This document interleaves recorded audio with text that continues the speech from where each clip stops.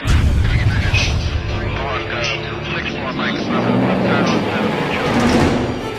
hora del complot.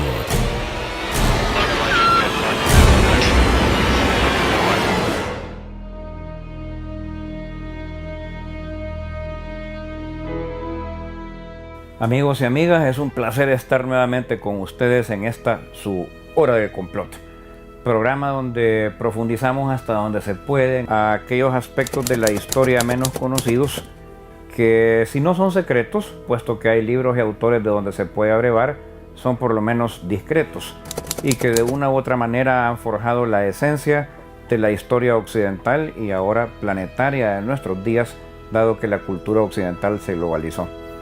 En esta oportunidad quisiera tratar con ustedes lo que podríamos muy sucintamente resumir como la conspiración papal, que no se refiere a la conspiración de Francisco I únicamente, sino a aquel tipo de conspiración que ha permitido colocar papas a la cabeza de la Iglesia Católica Romana de una manera por lo menos cuestionable o irregular respecto de la sucesión ininterrumpida que dicha iglesia clama desde el apóstol Pedro.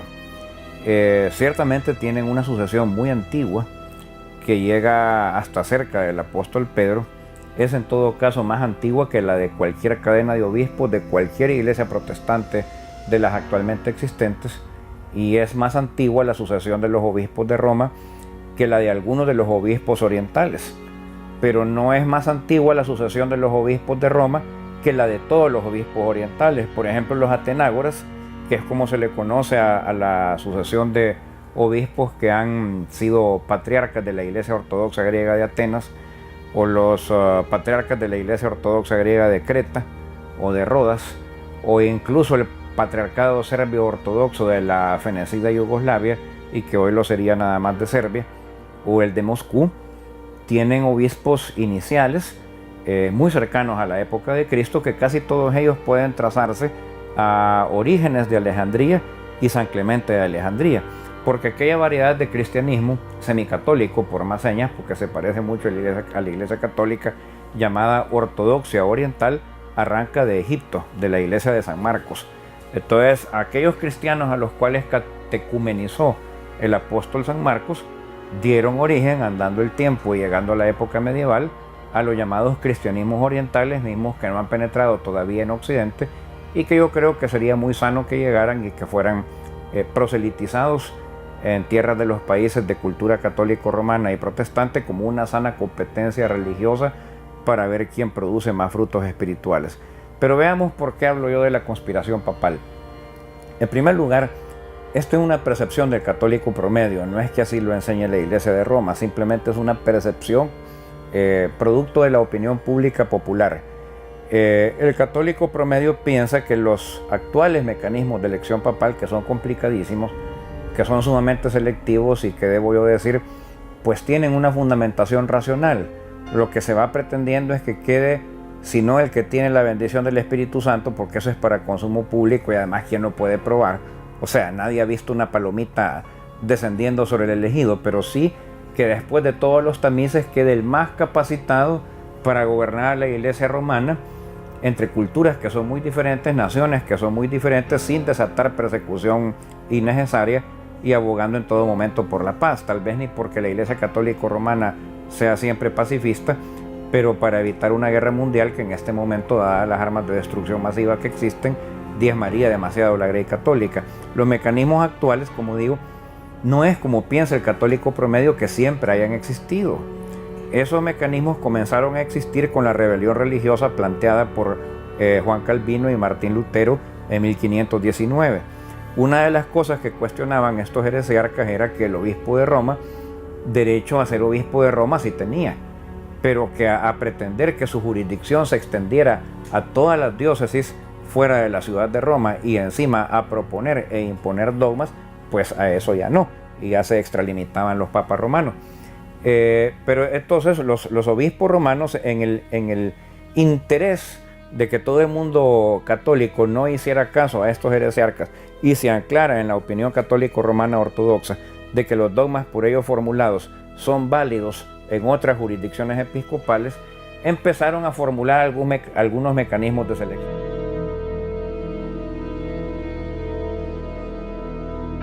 primero de los cuales fue nombrada la curia romana consistente en el Colegio de Cardenales. El Colegio de Cardenales no es previo a 1519. Lo más parecido a los cardenales que existía en aquel momento eran los llamados electores palatinos. Los electores palatinos eran arzobispos. En la Iglesia Católica Romana no existió hasta 1519 un rango previo al Papa superior al de arzobispo. Y cuando el arzobispo era de habla alemana, que no necesariamente significaba que tuviera que estar en territorio alemán, sino que en un territorio donde la gente hablara alemán, que no es lo mismo, porque hay territorios de esos, por ejemplo, en el Tirol italiano, en Suiza, en Liechtenstein, en Holanda, en Bélgica, en el sur de Dinamarca, en el Schleswig-Holstein, en la Pomerania, que ya ahora es parte de Polonia, etc. Cuando el arzobispo estaba en un territorio de habla alemana y comandaba tropas, porque por aquellas irregularidades del medioevo y sobre todo para contener las incursiones vikingas, bárbaras y de los tártaros, a veces tenían que ser los patriarcas de la Iglesia romana los que se pusieran a la cabeza de los hombres capacitados para combatir. Entonces el arzobispo se le llamaba elector palatino, que significaba que era un delegado de la Iglesia romana para votar a la hora de elegir emperadores de habla alemana, ya fueran alemanes, daneses, escandinavos o de Austria. Entonces pensaron los papas de Roma, bueno, si tenemos este mecanismo para nombrar reyes laicos que nos han sido muy fieles y que han trabajado muy bien para la causa del cristianismo, deberíamos implementarlo también para nombrar papas, porque es un mecanismo que ya tiene una larga trayectoria y que dio de sí frutos útiles para la defensa de Europa. Entonces, cuando el concepto de elector palatino lo tomaron solo para elecciones dentro de la iglesia y únicamente referidas para papas, y cuando el elector palatino tenía una guarnición destinada en cualquiera de los barrios o ciudades que circundaban la ciudad de Roma, como por ejemplo la del Castillo de Sant'Angelo o la vecina ciudad de Ostia, que es el puerto de Roma, ese elector palatino pasó a llamarse cardenal. ¿Por qué? Porque cardenal en latín significa de color rojo, en referencia a que usaba capa roja de general. En otras palabras, los cardenales que eligen a los papas de la Iglesia romana no son descendientes de Pedro a través de la cadena de sucesión discipular, vía bendición de un obispo a otro y a otro y a otro hasta llegar a los arzobispos cuando las diócesis llegaron a ser muy grandes. Los cardenales que eligen a los papas de Roma son descendientes de generales cristianos, nombrados por los papas para defender el área territorial de la ciudad de Roma y el puerto de Ostia. Entonces explíqueme una cosa, ¿cómo es posible que para encabezar una entidad eminentemente espiritual, a la cual a pesar de sus bienes yo sí le reconozco que el ideal proclamado y que muchas veces tratan de seguir con mayor o menor éxito es la Iglesia Católica, quienes nombren al mero jefe de esta entidad espiritual sean generales? Para que me entiendan, es tan ridículo, tan cómico, tan cínico y a la vez tan surrealista como que quienes nombraran al Dalai Lama fueran los generales del ejército de la República Popular China. ¿Ustedes creen que eso sería normal? Y sin embargo los seguidores católicos aceptan eso como normal, o sea, aceptan como normal que haya papas nombrados por militares y sus descendientes. Conste, yo no tengo nada contra los militares. Estoy muy satisfecho que el ejército de mi país exista y que tenga militares de profesión, pero no son personas que siguen una carrera espiritual. Luego, no debemos olvidar que, sin embargo, esto sigue un protocolo, sigue un debido proceso, un derecho canónico, así se llama. La elección debe ser a puerta cerrada, ninguno de los títulos cardenalicios debe haber sido comprado, el cardenal en cuestión debe tener diócesis en el respectivo país, quien lo haya nombrado cardenal debe haber sido el Papa saliente, es decir, el que murió. Digo saliente porque sí, previo a Benedicto XVI hubo 3 papas que renunciaron o los hicieron renunciar. Pero está documentado a lo largo de toda la historia de la Iglesia Católica Romana de papas que para poderlos quitar hubo que envenenarlos. A uno lo acusaron de judaizante, es decir, que estaba tratando de devolver los dogmas de la Iglesia Católica al modo de pensar judío en un solo Dios sin Trinidad. Lo que dicho sea de paso era de verdad. Estoy hablando del Papa Pascual IV, que se dedicó a la cábala, que era un estudio ocultista muy común en el medioevo, pero como ocurre que la cábala es una corriente del judaísmo, él se judaizó bastante. Estuvo el famoso sínodo de los cardenales que eligió como papa a Martín II, el cual sucedió a un papa que presenció el sínodo ya estando muerto. O sea, primero lo ejecutaron ¿verdad? Porque lo acusaron de satánico, de brujo, sodomita y no sé cuántas cosas más. Pero como ellos lo mataron, resulta que estaban en pecado mortal. Entonces, estando en pecado mortal y no absueltos, porque no había sido nombrado el nuevo papa, no podía ser válido ese nombramiento.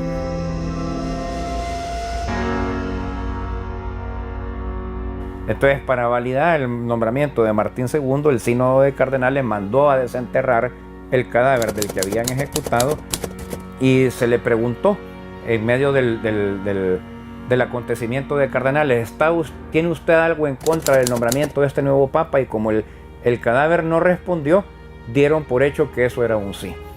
Pero finalmente quiero venir a un hecho medular. Hay algo que no olvida ningún historiador católico, ni siquiera los de la más extrema derecha tipo Laude Dei u Opus Dei, o de la más extrema izquierda como los jesuitas. Y es el caso del Gran Cisma de Occidente.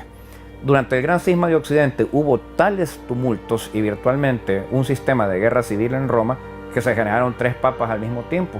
Uno en España, otro en Francia, que fue reconocido por una santa como Santa Catalina de Siena y también por Juana de Arco, y otro papa en Inglaterra. Esto finalmente se saldó porque el último de estos 3 papas, el cardenal Pedro de Luna, de origen judío español, lo convencieron por la buena que depusiera su pretensión al papado porque estaba dividiendo al imperio católico, la cultura católica europea, y él depuso por la buena, no sin protesta, pero depuso. Entonces quedó de mutuo acuerdo en un concilio que tuvieron en Suiza, en la ciudad de Berna, de Papa Martín V. Pero lo que quiero decir es que ese concilio fue fuera de Roma y asistieron cardenales de las facciones de aquellos otros que terminaron reconociendo que no eran papas debidamente nombrados. Entonces ellos tampoco no eran cardenales debidamente nombrados y sin embargo nombraron a Martín V. De Martín V para acá arranca toda la cadena de sucesión discipular de los papas que actualmente tenemos. ¿Cómo puede ser que sea legítimo ningún papa, ni Benedicto XVI, que fue depuesto? No crean ustedes que por la buena él dejó su cargo. Ahí hubo un golpe de estado y una mano peluda en donde la orden jesuita se encargó que todos los archivos de pedofilia del Vaticano fueran puestos a las órdenes del FBI. Entonces a Benedicto XVI no le quedó más que dimitir, sobre todo cuando se supo que sus hermanos habían ocultado a algunos de los pedófilos moviéndolos de diócesis. No se crea que Benedicto XVI era papa legítimo, ni lo es tampoco este, porque todos vienen de Martín V, y Martín V es alguien que fue nombrado papa por cardenales de facciones cuyos respectivos papas en Inglaterra y en España reconocieron que no eran sumos pontífices. Quiero terminar nada más con un pensamiento. ¿Cuál sería entonces el propósito de la orden jesuita de instaurar a un argentino en el solio de Roma? El ayornamiento. El ayornamiento es un término vaticano que significa poner la iglesia a la altura de los días, a la altura de las expectativas del pueblo presente. ¿Y qué significa el ayornamiento en nuestro tiempo? Cambio de dogmas. No pueden cambiar los dogmas, pero sí pueden cambiar las costumbres. Pueden legalizar el aborto en determinados casos, pueden legalizar el divorcio en todos los casos, pueden legalizar el matrimonio entre personas del mismo sexo, pueden legalizar el matrimonio entre personas católicas y personas de religiones completamente opuestas como el Islam, que siempre ha tenido un choque con el catolicismo, y permitirle a esa persona comulgar en los ritos católicos, lo cual es una autoinfiltración de la iglesia. Pero más importante aún, pueden permitir el sacerdocio laico, es decir, que personas que en este momento son cabeza de familia sean sacerdotes. ¿Es malo todo eso? Creo que por lo menos el sacerdocio laico sería un avance. Todo lo demás es desintegración de la familia católica.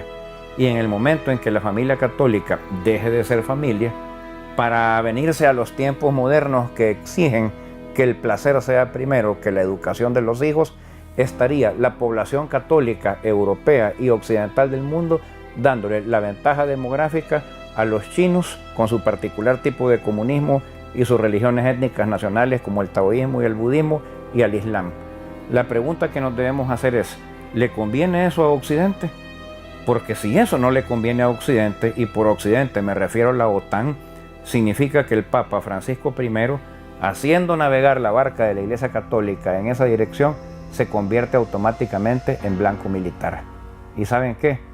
Tal vez es bueno que lo sea, porque yo prefiero ser occidental a ser católico. No nos olvidemos que Occidente ya existía antes del cristianismo, y por lo tanto la probabilidad de que exista después del cristianismo. Que no haya un papa como este que nos ponga a escoger. Muchas gracias y hasta la siguiente hora del complot.